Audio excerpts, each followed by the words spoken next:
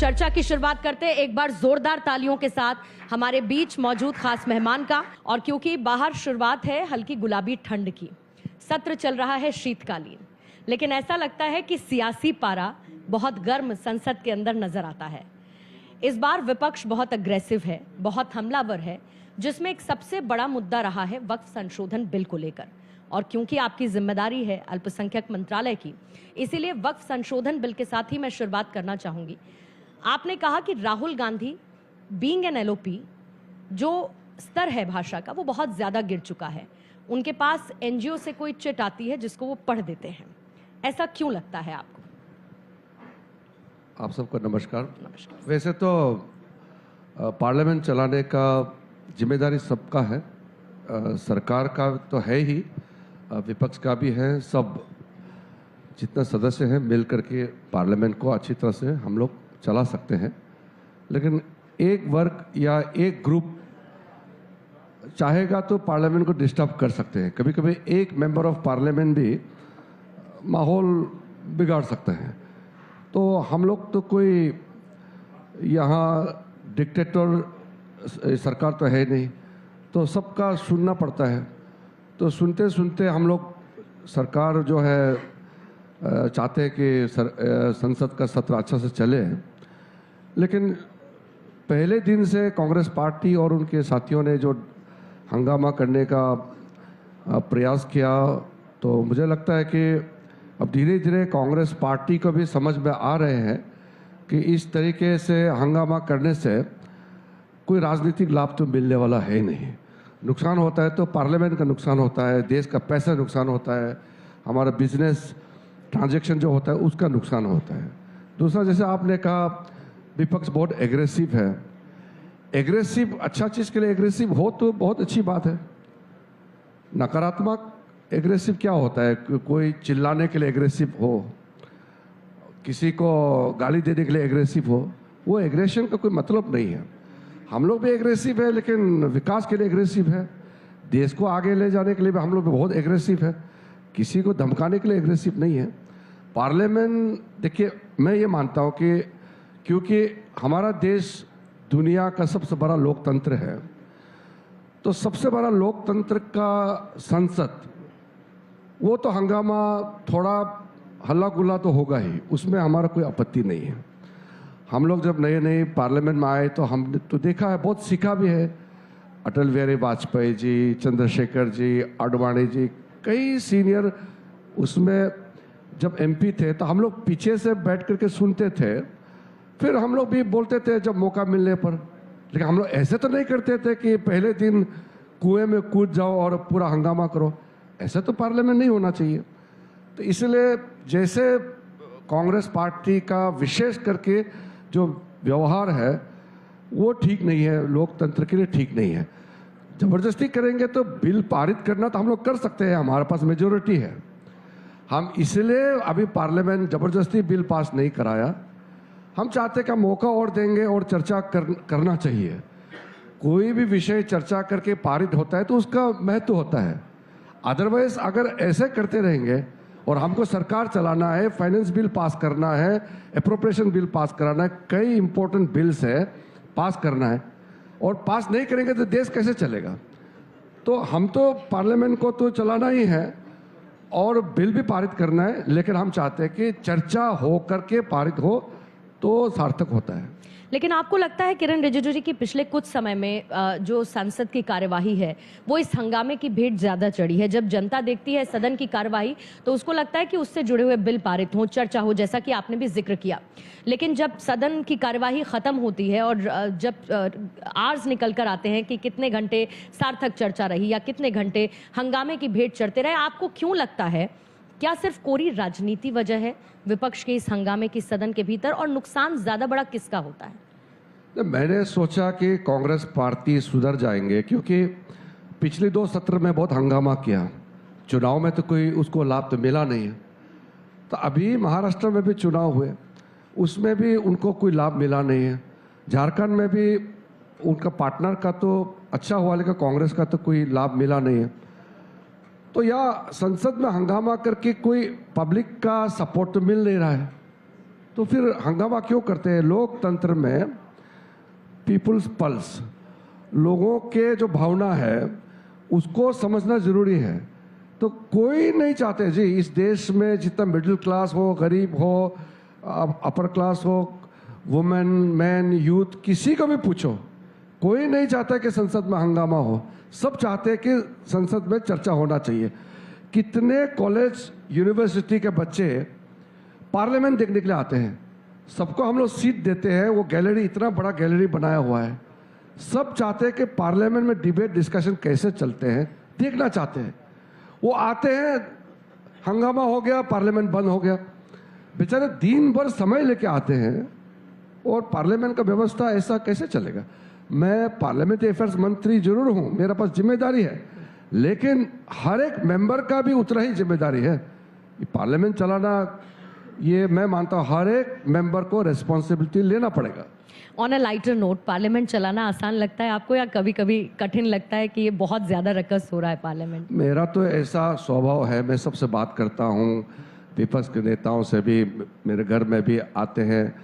मैं मल्लिकार्जुन खड़गे जी के वहाँ में मैं खुद भी गया, उनसे बातचीत किए। मैंने कहा कि हर समय मैं बातचीत के लिए तैयार हूँ। हमारे पार्टी के नेता, हमारे प्रधानमंत्री जी मोदी जी ने भी शुरू से कहा कि हम सबके साथ मिल करके, तालमेल करके चलाएंगे। लेकिन हम बात करते हैं, लेकिन वो फिर पार्लियामेंट शुरू होते ही हंगामा शुरू कर देते हैं। बिजनेस एडवाइजरी में हम लोग ने तय किया समय कि कौन से बिल में कितना घंटा हम चर्चा करना चाहेंगे। जो भी मांगा हमने माना है।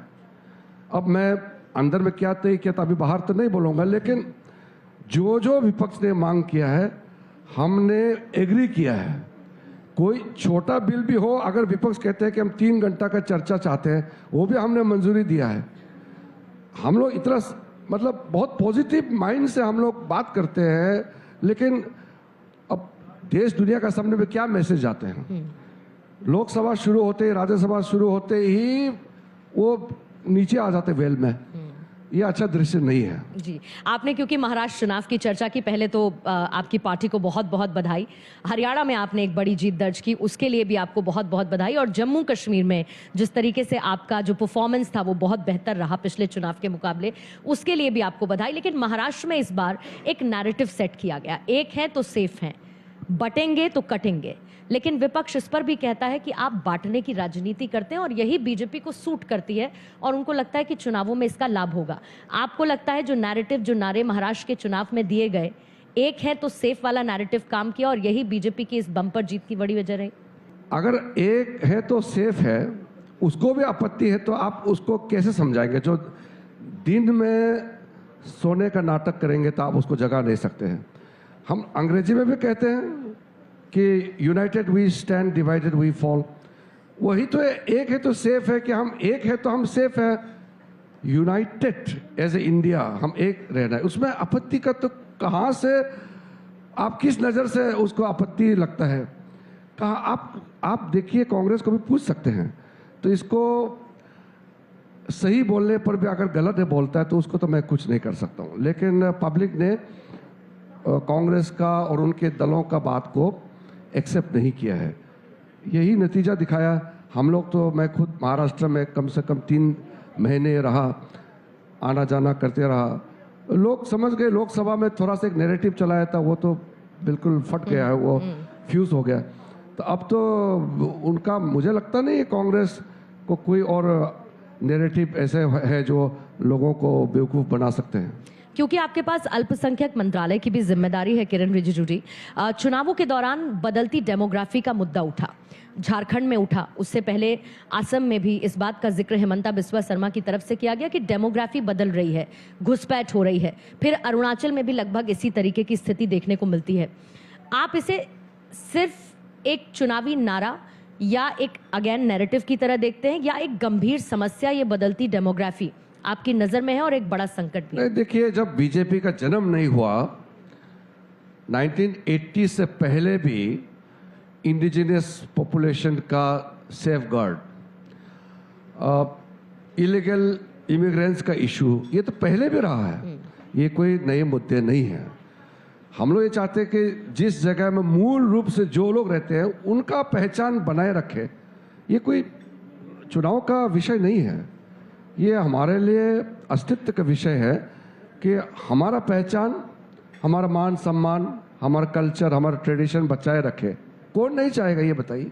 अगर किसी भी राज्य में बाहर से लोग आकर के वो वहाँ रहने वाला को वहाँ से उखाड़ के फेंकेंगे तो कोई नहीं मानेगा। मैं नहीं लगता कि मुझे नहीं लगता है कि ये जो इमिग्रेशन, इलीगल माइग्रेंट्स या आपका आइडेंटिटी प्रोटेक्शन, ये सब चुनाव का मुद्दा है। जी, आपने बताया कि देश में 58,000 से ज्यादा ऐसी संपत्तियां हैं जिस पर वक्फ बोर्ड की तरफ से अवैध कब्जा किया गया है। आप ट्रांसपेरेंसी की बात करते हैं, लेकिन जो मुस्लिम लीडर्स हैं या जो वक्फ बोर्ड से ताल्लुक रखने वाले लोग हैं या जो राजनीतिज्ञ हैं विपक्ष में, वो ये कहते हैं कि आप उनके अधिकारों पर कब्जा जमाना चाहते हैं। देखिए, अगर कोई मुसलमान नेता कुछ कहते हैं तो वो पूरा मुसलमानों के लिए कहता है, ये मत सोचिए, ये सबके लिए एप्लीकेबल है। दुनिया में, मैं बाकी का नहीं कहता हूं, मुसलमान देश जितना भी है जहां मुसलमान बहुल है, किसी भी राष्ट्र में भारत को छोड़ के वक्फ बोर्ड है क्या? कहीं नहीं है। किसी भी देश में वक्फ प्रॉपर्टी को इतना कब्जा करके रखा कोई और देश है क्या? आप रिसर्च करके देख लीजिए। 1954 में वक्फ बिल लाना ही गलत था।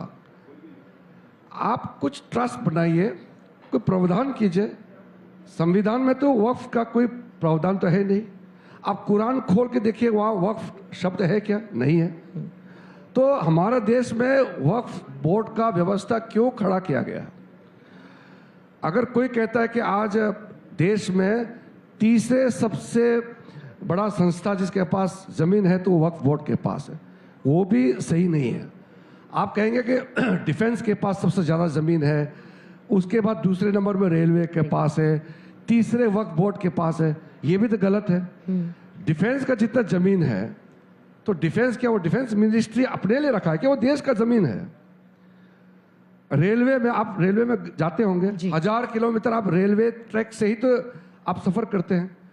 तो ये सारा ज़मीन जो हजारों किलोमीटर, लाखों किलोमीटर रेलवे ट्रैक है, वो प्राइवेट ज़मीन है क्या? सरकार का मतलब देश का है।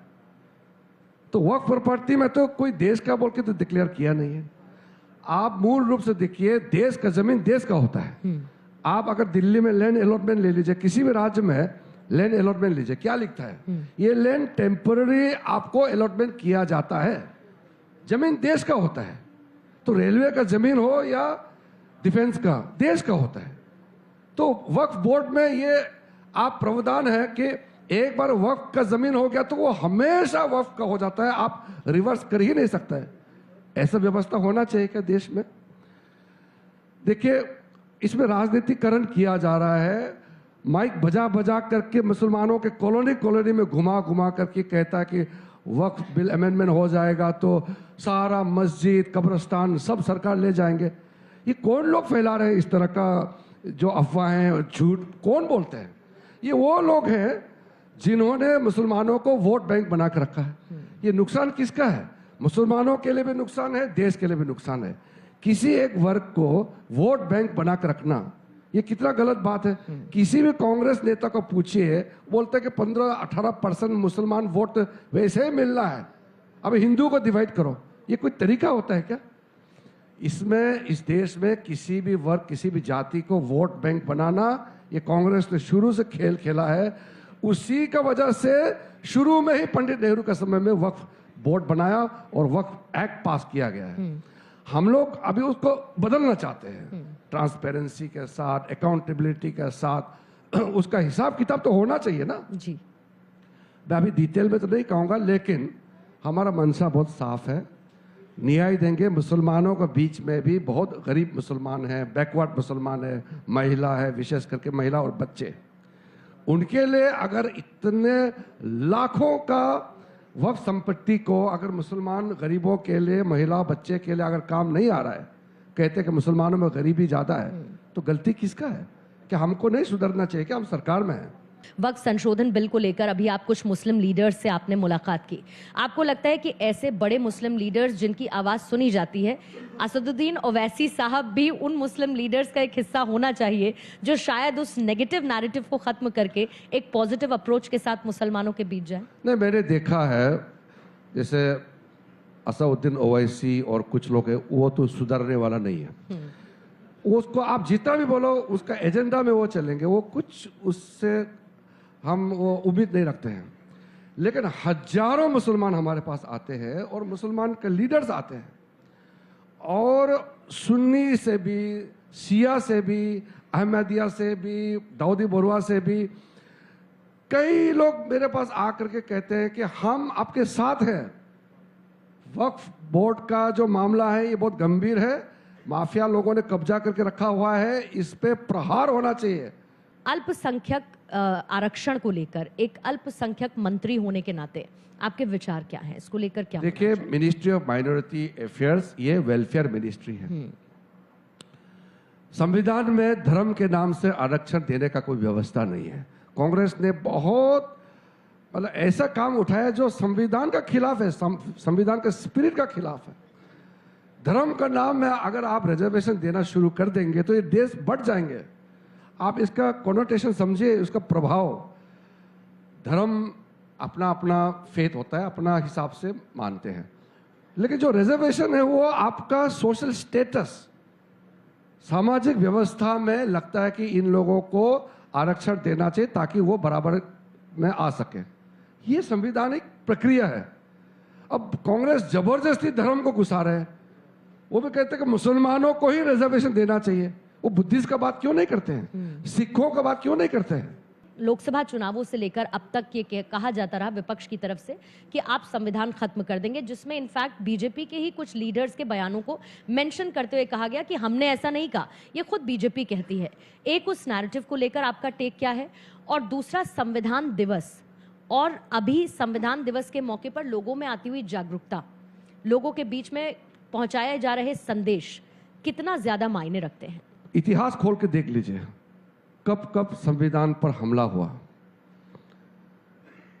1975 में इमरजेंसी लागू हुआ, और जब देश में इमरजेंसी लगा करके 1976 में कांग्रेस पार्टी ने संविधान का प्रियम्बल को ही बदल दिया। बाबा साहब अंबेडकर का जो संविधान है, वो संविधान का आत्मा क्या है? वो प्रियम्बल होता है। प्रियम्बल से इंस्पिरेशन लेकर के संविधान का रचना होती है। प्रियम्बल को ही जब बदल दिया, उसको आप क्या कहेंगे?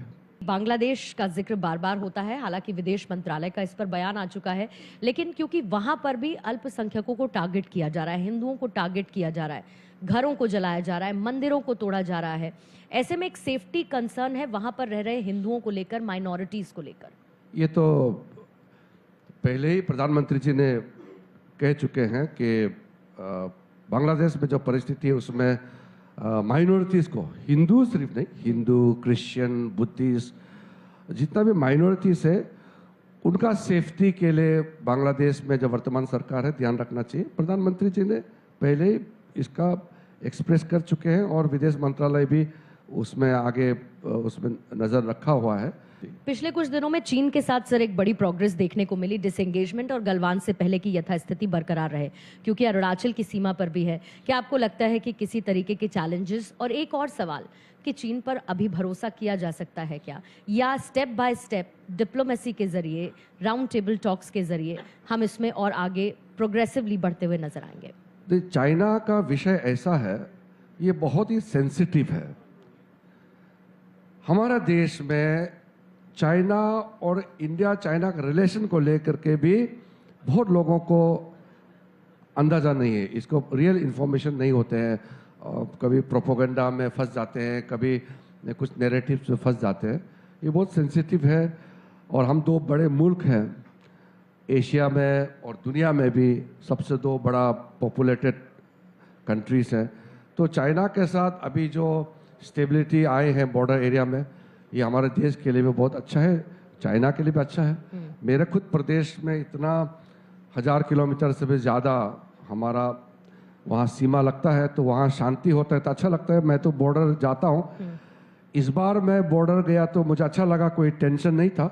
बॉर्डर एरिया में कभी चर्चा करेंगे, मैं डिटेल में बोलूँगा कि मोदी जी आने के बाद कैसे हमारे सड़कें बन गई हैं। चाइना का जैसे रोड बने हैं हमारे भी बन गई है, उनके लाइट आ गए हमारे भी बिजली आ गई, उनके पानी हमारे भी पानी की व्यवस्था है, उनके भी अच्छा पक्का घर बना हमारा भी। पहले तो हम झोपड़ी में हट्स में रहते थे। देखिए कई चीज़ें हैं वो मुझे बोलने में भी अच्छा नहीं लगता है, हम लोग को शर्म आते थे बॉर्डर में जाने में। चाइनीज सिपाही किस स्टैंडर्ड में रहते थे और हमारा क्या हालत था उस समय 2014 से पहले। कुछ चीजें हैं राजनीतिक दृष्टि से नहीं देखना चाहिए, देश के हित में अगर आप सोचेंगे और देखेंगे तो सब कुछ आपको क्लियर नजर आएगा। आप ब्लू आइड बॉय हैं प्रधानमंत्री नरेंद्र मोदी की टीम में एक बहुत लंबे समय से, लेकिन मैं ये चाहती हूँ कि आपके नजरिए से क्या ऐसा खास है कि प्रधानमंत्री जी की उस क्लोज विसिनिटी में क्या होना चाहिए आपके अंदर जो उनका एक ट्रस्ट आपके ऊपर रिफ्लेक्ट होता रहा है हमेशा से? Prime minister head of the government होता है और पार्लियामेंट्री डेमोक्रेसी में प्राइम मिनिस्टर कोर होता है। प्राइम मिनिस्टर का सोच से देश आगे बढ़ता है, सरकार काम करती है। मोदी जी के बारे में अगर बात करना है तो समय चाहिए, क्योंकि उनके काम करने का तरीका, उनका जो विजन और उसको इम्प्लीमेंट करने का बहुत ही अलग तरीके से वो सारे चीज़ों को इम्प्लीमेंट करते हैं। तो हम लोग ने देखा है कि अगर मोदी जी के समय में भारत को विकसित नहीं बना पाया तो फिर बहुत देर हो जाएगा, क्योंकि 1947 में हम आज़ादी मिले, देश तो अमीर नहीं हुआ। तो मैं भी ये सोचते रहा कि 1947 में इंडिया को इंडिपेंडेंस मिला और कई देश उसके आसपास में आज़ादी मिला, वो अमीर हो गई। तो मुझे लगा कि एक नेतृत्व का कमी था, विजन का कमी था। 1947 से लेकर के 2014 तक क्यों तय नहीं हुआ कि देश को कब अमीर बनना चाहिए? तो मोदी जी से पहले क्यों यह सपना नहीं देखा गया इस देश में कि भारत को भी एक विकसित राष्ट्र बनना चाहिए? प्राइम मिनिस्टर का बारे में मुझे लगता है कि देश के लोगों को मोदी जी के बारे में और गहराई से अध्ययन करना चाहिए कि इतने सालों बाद ऐसा नेता पैदा हुआ है जो अब देश को विकसित राष्ट्र बनाएगा। जब आपको खाली समय मिलता है तो आप 50s और 60s के गाने सुनना बहुत ज़्यादा पसंद करते हैं। आपका पसंदीदा गीत, और मैं आपसे रिक्वेस्ट करूंगी, मेरा आवाज़ देखा मैं मुझे लगता है कि हम सबको वो आवाज़ बहुत पसंद आएगी। एक बार तालियों के साथ ये बता दीजिए कि आपको वो आवाज़ पसंद आने वाली है। मैं चाहूंगी कि ज़रूर आप गुनगुनाएं और उसके लिए इनकार ना करें। गुनगुनाने का व्यवस्था और अवस्था दोनों नहीं आ रही। कोशिश करिए, हम आपका साथ देंगे। कोशिश करिए, हम आपका साथ देंगे।